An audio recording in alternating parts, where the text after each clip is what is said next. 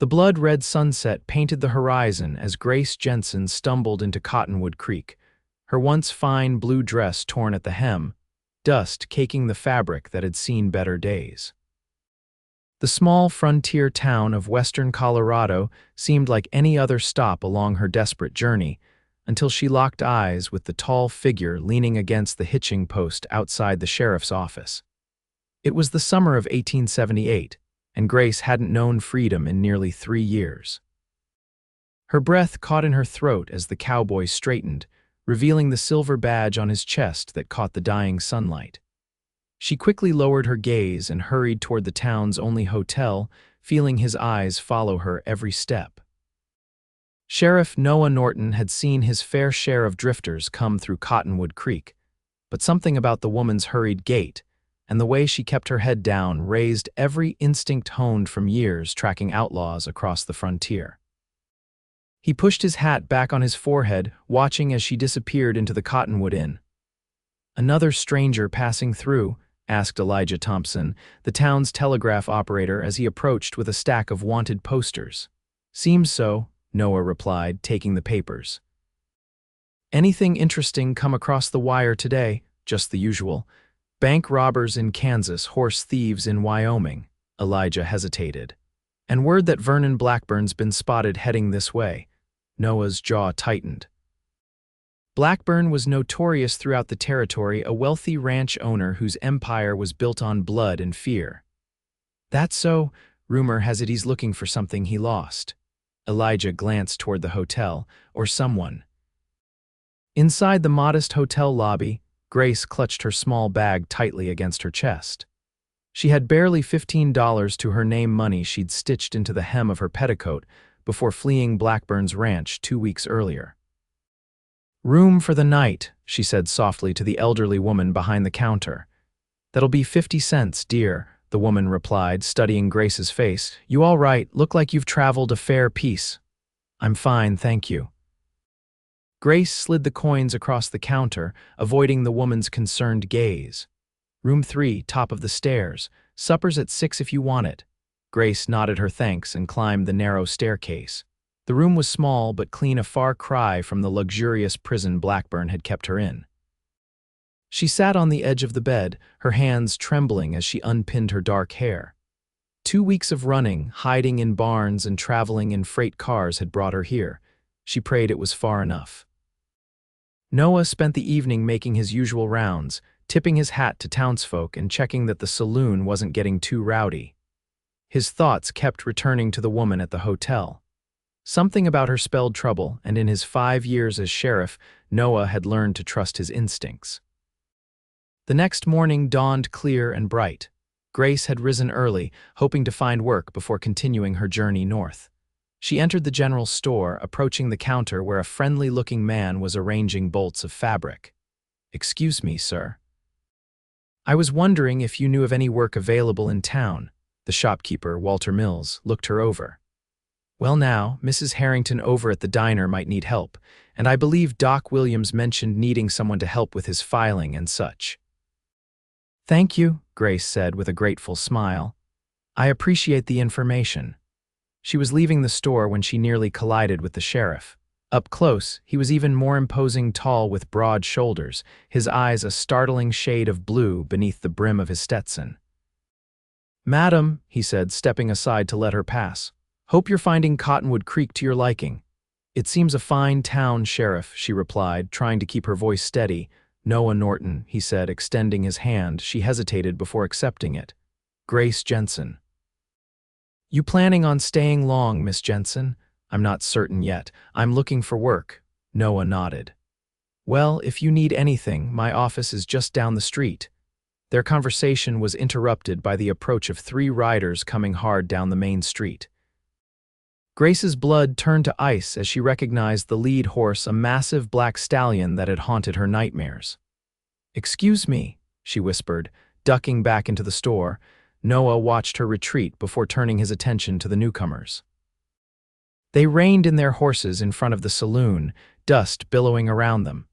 The leader, a man in his 40s with a cruel mouth and expensive clothes, dismounted and scanned the street with predatory eyes. "Help you, gentlemen."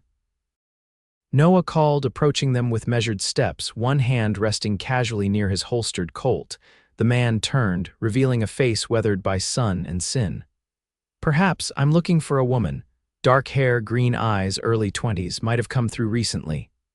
"And you are?" "Vernon Blackburn." The name was delivered like a royal decree. "I own the Double B Ranch over in Wyoming Territory." Noah had heard of the Double B and its owner's reputation. "What business would you have with such a woman, Mr. Blackburn?" Blackburn's smile didn't reach his eyes. "She's my property, Sheriff. Ran off 2 weeks ago, stole from me too." "Property," Noah repeated, his voice hardening. "Women aren't property in Colorado Territory, Mr. Blackburn." "This one is, signed contract and everything. I paid good money for her passage from Boston 3 years ago. She works for me until that debt is settled." Noah understood now indentured servitude, a practice that skirted the edges of legality in the territories. "Well, I can't say I've seen anyone fitting that description, but if I do, I'll be sure to let her know you're looking for her." Blackburn's eyes narrowed. "I think I'll stay in town a while, Sheriff. Me and my men could use some rest. Suit yourself. Just keep the peace while you're here." Grace watched from the store window, her heart pounding. Blackburn was here, he'd tracked her all this way. She needed to leave immediately. Walter approached her. "You all right, miss? You've gone white as a sheet." "I need to go," she whispered. "Is there a back way out?" Walter's kind face creased with concern. "There is, through the storeroom." He hesitated. "Those men outside." "They trouble for you," Grace nodded mutely. "Wait here." Walter disappeared into the back room and returned minutes later. "My boy can take you out the back way and over to the livery. Stable Master's my brother-in-law. He'll help you." "Thank you," Grace said, fighting tears.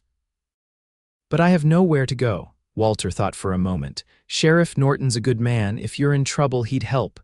"The man out there, Blackburn, he's powerful. I don't want to bring trouble to your sheriff or your town." "Noah can handle himself," Walter assured her. "And he doesn't much care for men who think they own people." An hour later, Grace found herself in Noah's small office behind the jailhouse. She told him everything: how Blackburn had arranged her passage from Boston after her parents died, promising work as a governess for his children. How that promise turned into domestic servitude, and then worse, as Blackburn's intentions became clear. How she'd fled in the night with nothing but the clothes on her back.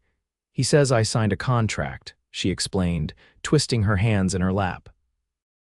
"And I did, but I didn't understand what it really meant. He says I owe him 5 more years of service." Noah's face was grim. "Those contracts aren't worth the paper they're written on, not when they're used to trap people."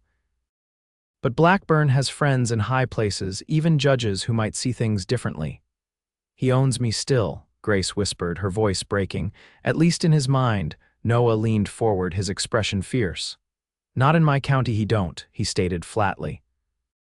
"No man owns another in Cottonwood Creek, not while I wear this badge.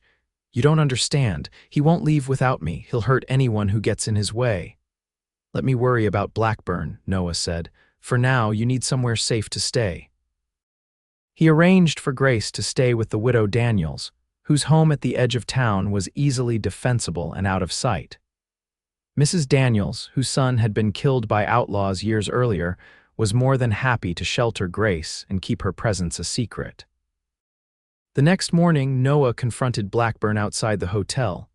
"I understand you're looking for an indentured servant." Blackburn's eyes narrowed. "I told you, Sheriff, she belongs to me." "I've been thinking about that," Noah replied casually. "If she owes you a debt, I reckon that debt could be paid by someone else." "What are you suggesting? How much does she owe you?" Blackburn named a sum that would take most men years to earn. Noah didn't flinch. "I'll pay it. You provide the contract, sign it over, and you can be on your way." Blackburn laughed. "You must want her badly, Sheriff. She's a pretty thing, I'll grant you that, but she's not for sale." "Everything has a price," Noah countered. "Name yours." "She's not just a servant," Blackburn said, his voice dropping. "She's meant to be my wife. I've invested 3 years in breaking her spirit. I'm not about to let that investment go." Noah's hand tightened on his gun belt. "Then we have a problem, because that woman is now under my protection." "You're overstepping, Sheriff," Blackburn warned. I have friends in the territorial government who would take a dim view of you interfering in a private contract matter. And I have friends too, Noah replied evenly. Including Judge Hammond, who will be passing through next week. We can settle this legally then. Blackburn's face darkened. A week is a long time, Sheriff. Accidents happen. They sure do, Noah agreed. Especially to men who threaten law officers. That night, one of Blackburn's men tried to set fire to the widow Daniels' house. He was met with the business end of Mrs. Daniels' shotgun and Noah's quick arrival. The would-be arsonist was locked in the town jail, and Noah posted 2 deputies to guard the house. Over the next days, tension in Cottonwood Creek escalated. Blackburn brought in more men hard cases with cold eyes who filled the saloon and watched the streets. Noah telegraphed for reinforcements from neighboring counties and armed trusted townsmen. Grace was torn between guilt for bringing trouble to the town and a growing admiration for Noah's unwavering stance.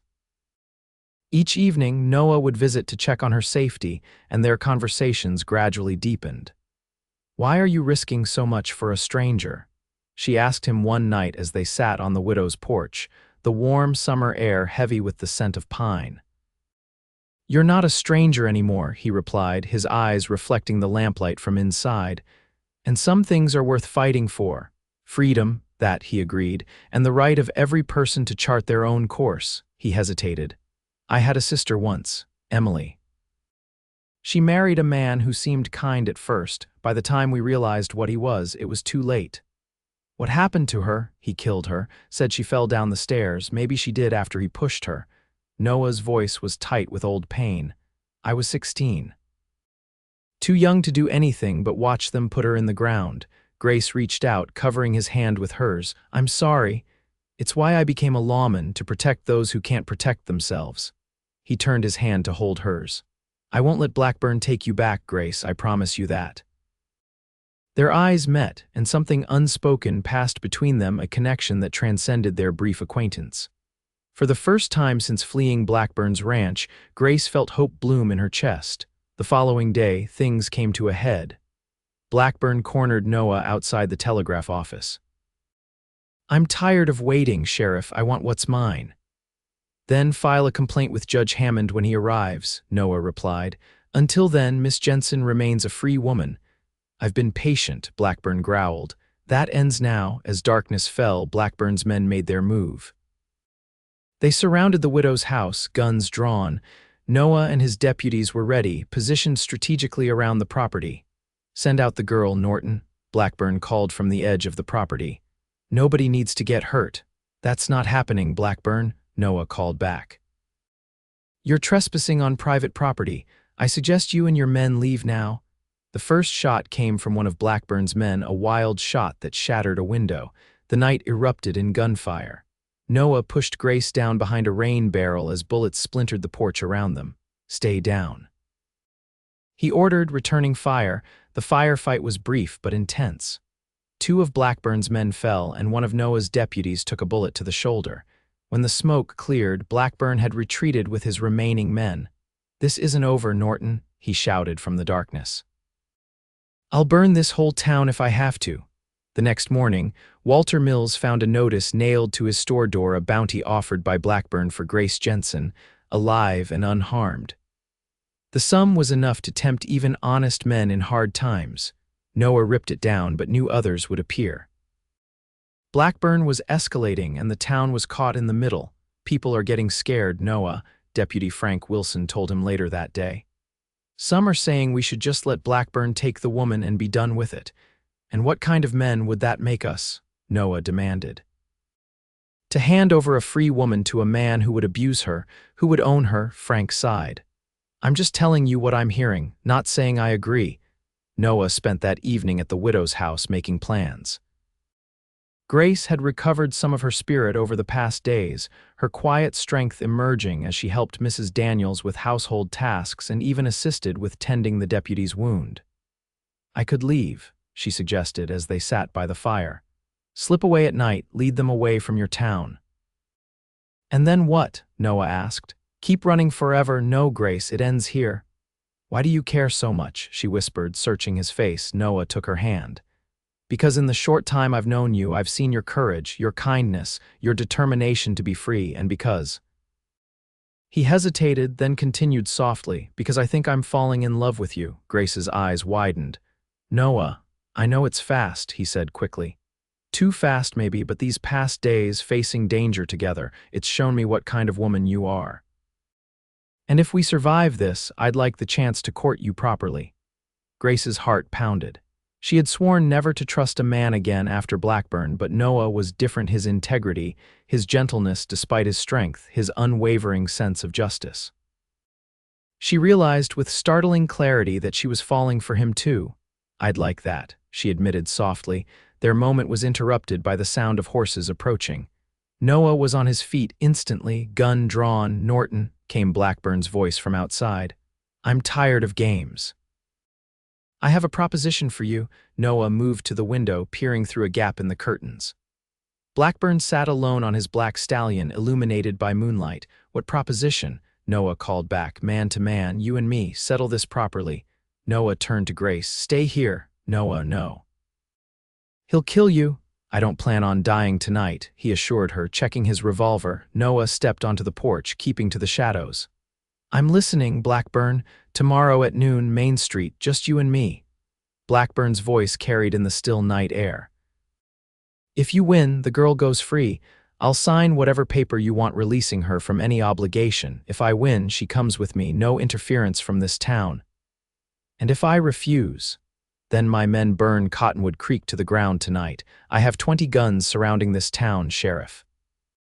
"Your choice." Noah considered his options. Blackburn was trying to isolate him, take away his advantage, but a duel would also mean the townspeople wouldn't be caught in the crossfire. "Noon tomorrow," Noah agreed. "But I want those terms in writing, witnessed by the town judge and telegraph operator, and your men stay out of town until it's done." "Agreed," Blackburn said. "See you at noon, Sheriff." He wheeled his horse around and disappeared into the darkness. Grace was distraught when Noah returned inside. "You can't do this. He's killed men in duels before. He's fast." "So am I," Noah said quietly. "I'm not worth dying for." Noah took her by the shoulders. "Yes, you are, but I don't plan on dying." He smiled slightly. "I've got something to live for now." The night passed in tense preparation. Noah sent riders to neighboring settlements, gathering allies. By morning, Cottonwood Creek was a fortress of sorts, armed townspeople positioned strategically, ready in case Blackburn broke his word. Grace barely slept. As dawn broke, she found Noah on the porch, cleaning his revolver with methodical precision. "There has to be another way," she pleaded. "Sometimes the only way forward is through," he replied, "but I've taken precautions. Frank has men watching Blackburn's camp. If he tries anything underhanded, we'll know." At 11, they made their way to town. The streets were eerily empty, with curtains drawn and doors locked. Only a few of Noah's most trusted deputies were visible, positioned on rooftops and in doorways. Noah stopped outside his office. "Wait here with Frank," he told Grace. "No matter what happens, he'll get you to safety if things go wrong." "Noah," she caught his arm, "I need to tell you something. If this is our last chance." She took a deep breath. "I'm falling in love with you too." And I couldn't bear it if he silenced her with a gentle kiss there first. It was brief but filled with promise. "That," he said softly, "is worth fighting for." At 5 minutes to noon, Blackburn arrived, flanked by 2 men who stopped at the edge of town. He dismounted, his expensive boots raising puffs of dust as he walked to the center of the street. "I see you didn't run, Sheriff," he called. Noah stepped forward, his badge catching the sunlight. "Neither did you." Elijah Thompson, the telegraph operator, approached with a document. "The terms, gentlemen, as agreed. If Sheriff Norton wins, Miss Jenson is released from any obligation to Mr. Blackburn. If Mr. Blackburn wins, he takes Miss Jenson without interference." Both men signed. Elijah retreated to the boardwalk, clutching the paper. Standard rules. Blackburn asked, adjusting his gun belt. "Back to back, 10 paces, turn and fire." Noah nodded. On Elijah's count. They stood back to back in the center of the dusty street. Grace watched from the doorway of the sheriff's office, her heart in her throat. "Begin," Elijah called. They started walking, One pace, two, three. Grace could barely breathe. At the count of 10, both men turned. Blackburn was fast, inhumanly fast. His gun cleared leather in a blur of motion, but Noah was faster. 2 shots rang out almost simultaneously. Blackburn's bullet whistled past Noah's ear. Noah's shot hit true, striking Blackburn in the chest. The rancher staggered, disbelief crossing his face before he crumpled to the ground. For a moment, the street was silent.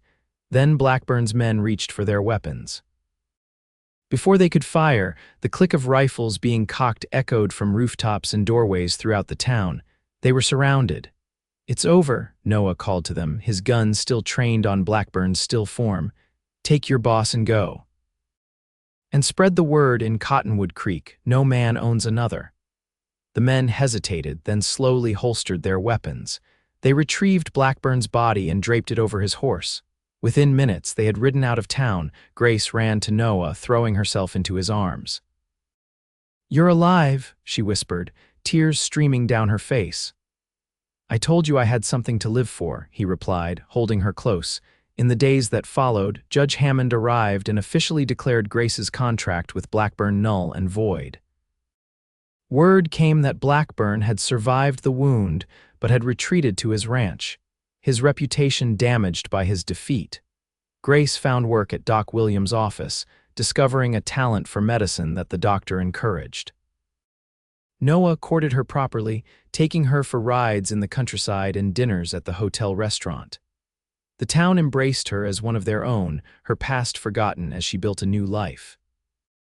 6 months later, on a crisp autumn evening, Noah proposed on the same porch where they had first admitted their feelings. Grace accepted without hesitation, and they were married in the town's small church with the entire community in attendance. 5 years passed. Cottonwood Creek grew into a prosperous town, with Noah still serving as sheriff and Grace working as the doctor's assistant while raising their young son, Thomas, named after her father. Occasionally, word would reach them of Blackburn's continued decline, his ranch failing, his influence waning. On their 5th anniversary, Noah surprised Grace with the deed to a small ranch just outside town. "For us," he explained as they stood on the porch of the modest but sturdy house. "A place where we can build something together, where Thomas can grow up free and strong." Grace leaned against him, watching their son chase butterflies in the meadow. "I never thought I could be this happy," she confessed. "When I ran from Blackburn, I was just seeking freedom. I never expected to find love as well." Noah wrapped his arm around her waist. "Sometimes the things we're running from lead us to what we're meant to find." "Do you ever regret it?" she asked, standing up to Blackburn, risking everything for a woman you barely knew.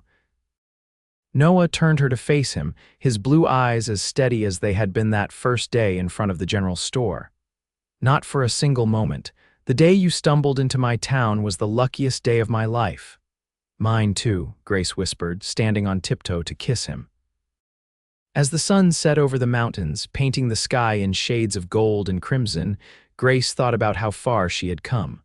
From owned to beloved, from prisoner to partner, from running away to coming home. In Noah's arms, in the county where no man could own another, she had found not just freedom but belonging. And in the end, that was the greatest gift of all.